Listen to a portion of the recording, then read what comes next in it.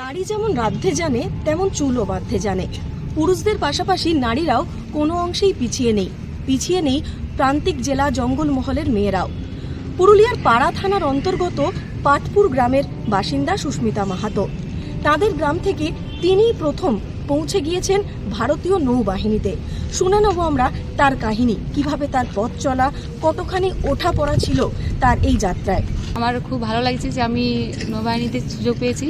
ছোটোবেলা থেকেই ইচ্ছা ছিল যে ডিফেন্স করব। কলেজ করি নিস্তারণী কলেজে, ওইখানে এনসিসি জয়েন হয়। ওইখানে 3 বছর করার পরে আমি এখানে জেকে কলেজ মাঠ গ্রাউন্ডে আমাদের অনুপ স্যার, যিনি আমাদের মাঠ করান। আমার অনেক স্বপ্ন ছিল যাওয়ার, কিন্তু সেই স্বপ্নটাকে সফল করে তুলেছেন আমার স্যার, আমার গ্রাউন্ডের স্যার, এবং আমার বাড়ির মা বাবা তো আছেনই, তাদের সাপোর্ট ছাড়া আমি এতটা এগিয়ে আসতে পারতাম না। অনেক প্রেসার, গ্রামের মেয়ে, সবাই ভাবতো যে পড়াশোনা করে কি হবে।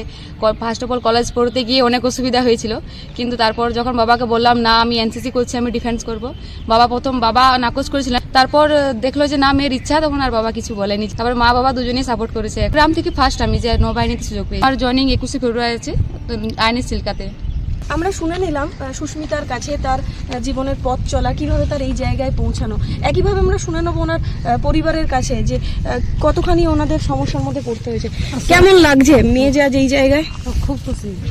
কুটুম আত্মীয় সবাই বউ বলতো গায়ের বউ যে আনবো, মেয়ের কলেজ কমপ্লিট হলো, বিয়ে দেওয়া বলে না, মেয়ে যে আমার যেটা বলেছে মনের ইচ্ছা পূরণ করুক, সেটাই আমার সফল। এখন আমার খুব খুশি, এটা সফল হয়েছে, সেটা আমাদের অনেক খুশি। আমরা শুনলাম ওনার পরিবারের কাছে ওনার পথ চলা কিভাবে হয়েছে, কতখানি বাধার মধ্যে পড়েছে। একইভাবে ওনার যে ট্রেনার, যার তত্ত্বাবধানে উনি আজ এই জায়গায় পৌঁছেছেন, তার সাথেও কথা বলে নেবো।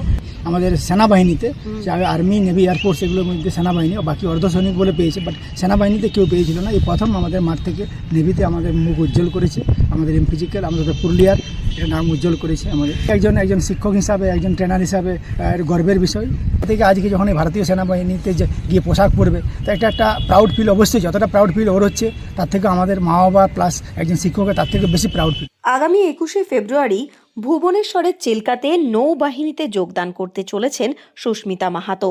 তার চোখে রয়েছে দেশ সেবা করার স্বপ্ন। তার এই সাফল্যে গর্বিত গোটা জঙ্গলমহল।